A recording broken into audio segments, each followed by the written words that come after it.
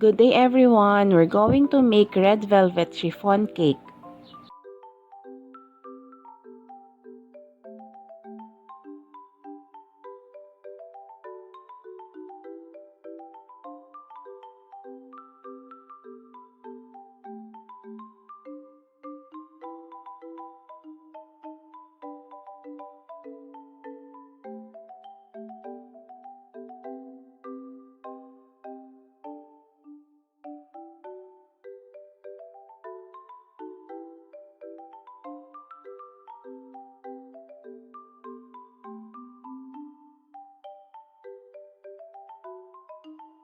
I-combine ang dry ingredients: flour, cocoa powder, sugar,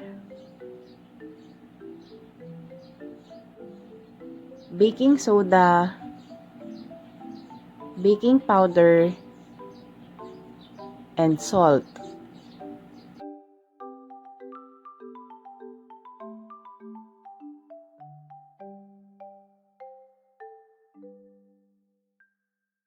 In another bowl, combine wet ingredients: egg yolk,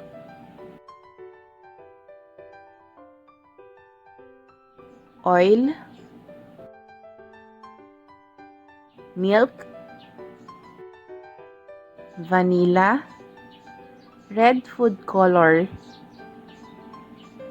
and vinegar.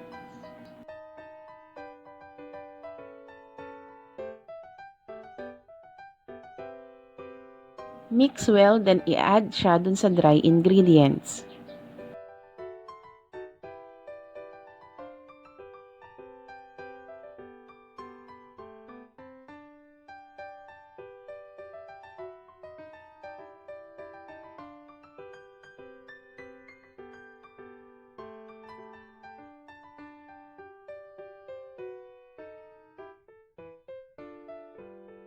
Mix until smooth or free of lumps, then set aside.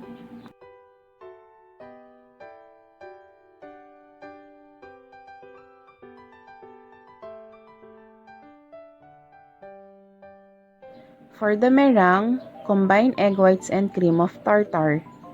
Beat until frothy.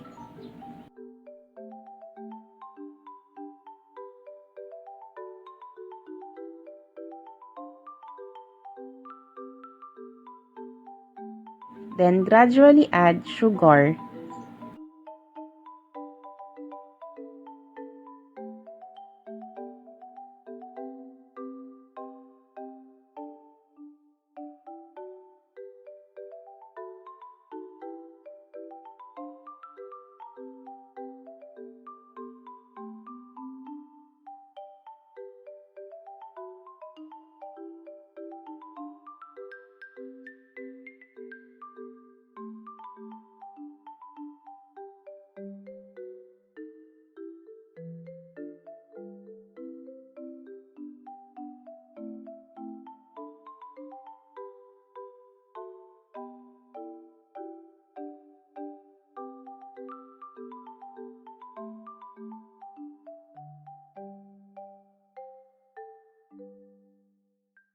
Beat until stiff peak but not dry. Do not overbeat.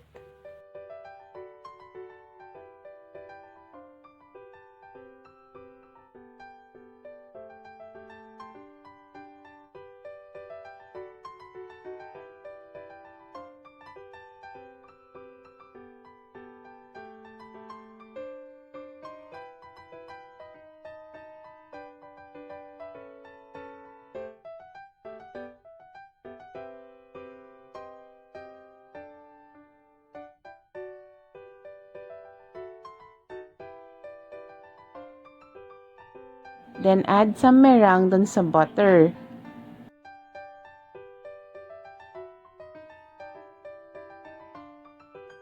Then i-whisk siya lightly para lang mag-loosen yung mixture po, para mas madaling i-incorporate yung the rest ng meringue.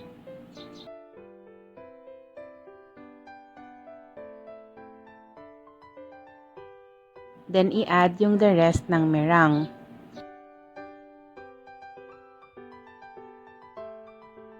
Then, imi-mix siya using folding method po.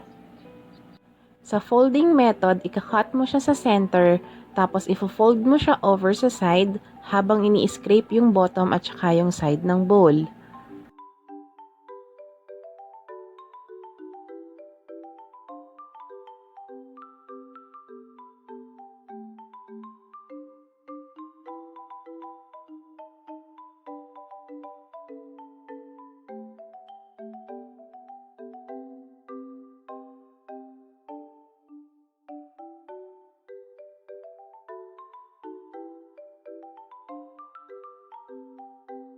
Then, i-pour siya sa lined and ungreased baking pan.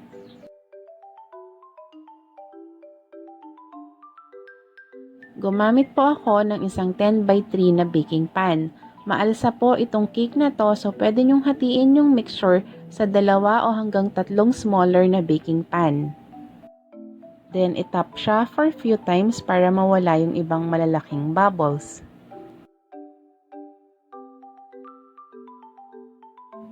Bake in preheated oven at 300 degree Fahrenheit for 1 hour or until done. Time and temperature depends on your oven po. Do not open your oven for the first 20 minutes po when baking chiffon. As much as possible, wag nyo pong itutoothpick test si chiffon kung underbaked pa.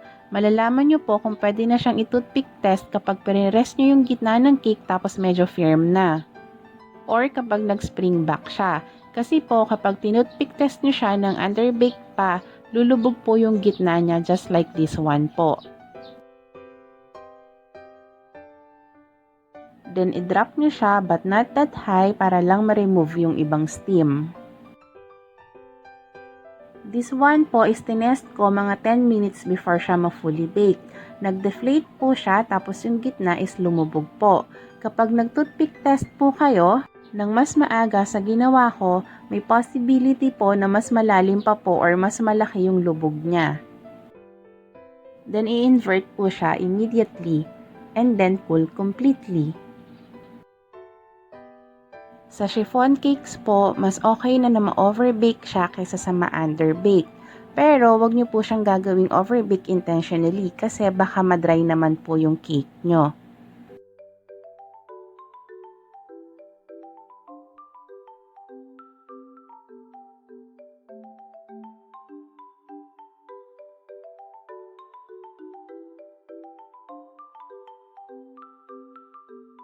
Then, top the side to remove the cake from the pan.